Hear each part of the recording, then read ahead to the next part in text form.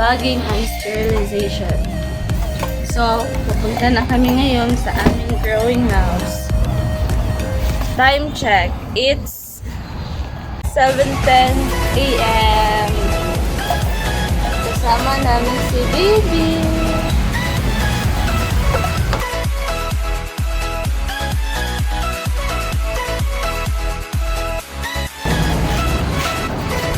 Say hi to Maui.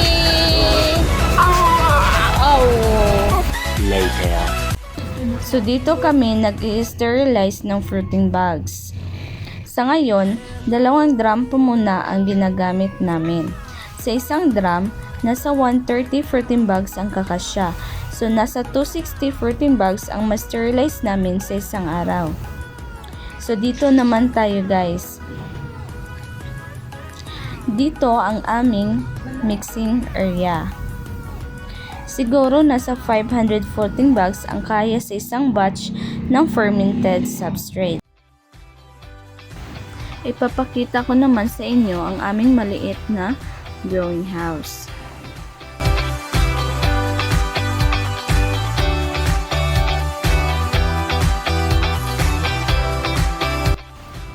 So sa nakikita niyo po, wala na masyadong floating bags kasi na-sold na po namin sila noong mga first week ng January. Floating bags kasi ang focus namin sa pagbenta kasi yun ang mas demand sa amin ng mga customers. So nasa 200 plus lang na floating bags ang aming inopen para sa pagbubunga kasi meron din naman suki na naghahanap ng aming fresh harvest na mushroom. So, balik naman tayo dun, guys.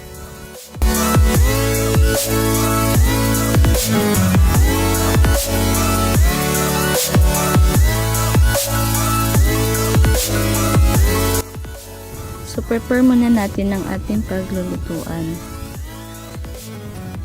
Before natin ibuhos ang sodas, lagyan muna natin ng kahoy o anumang bagay na makakatulong para malagyan ng butas sa gitna para may daan para sa apoy.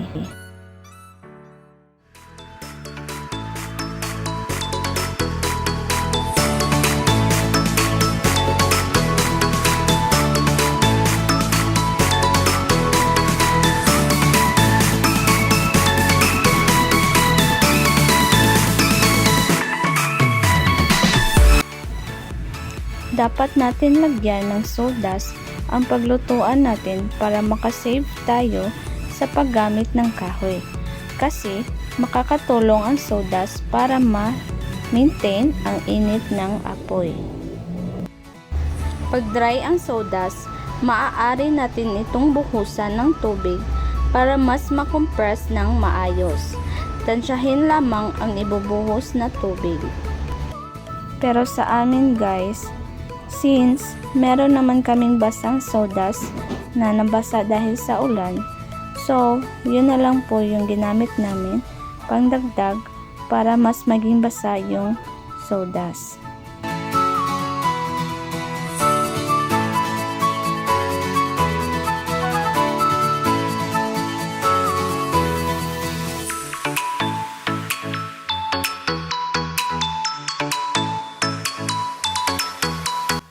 Pag ready na, tapak-tapakan lang po natin yung sawdust guys para mas makompress siya ng maayos.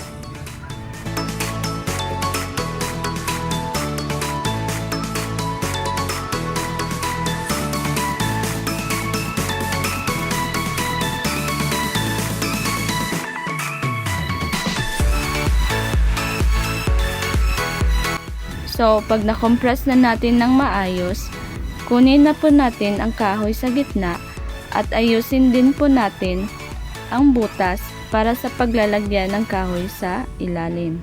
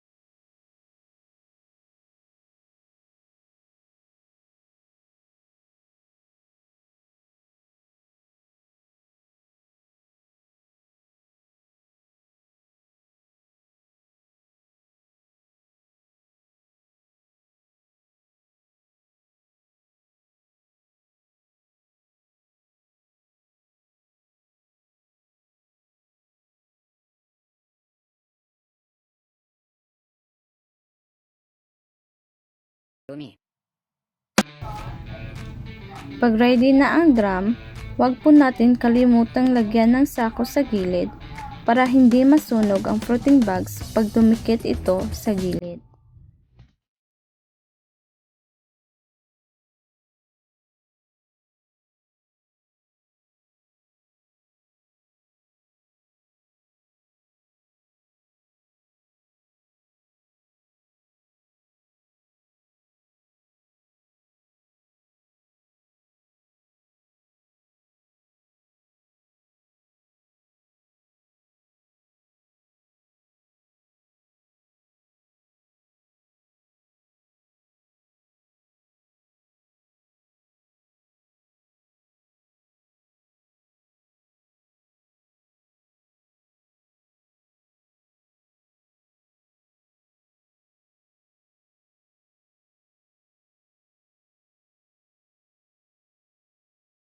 So, kailangan natin ng tubig.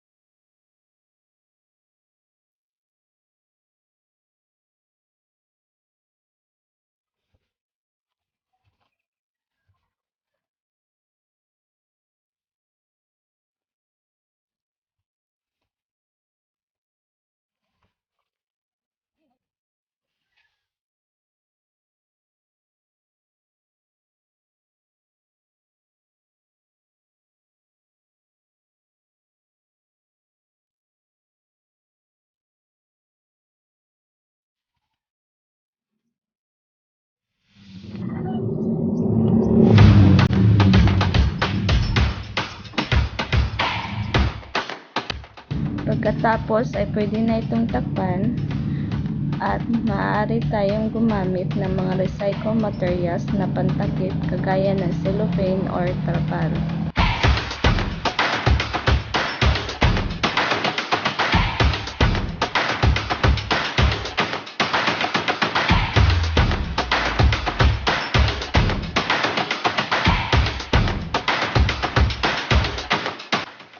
Pagkatapos ay pwede na itong sindihan.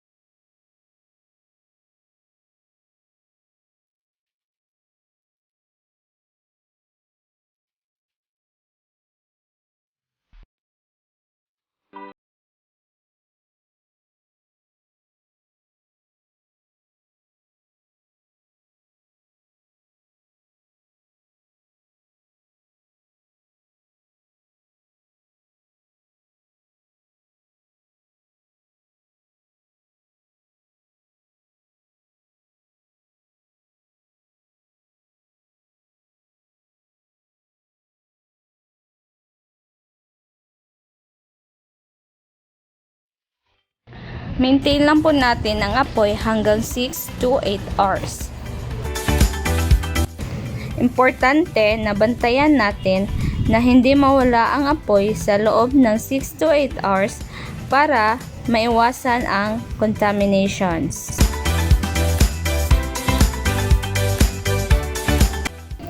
So yun lang po guys. Thanks for watching. Please don't forget to like and subscribe to our channel. Thank you.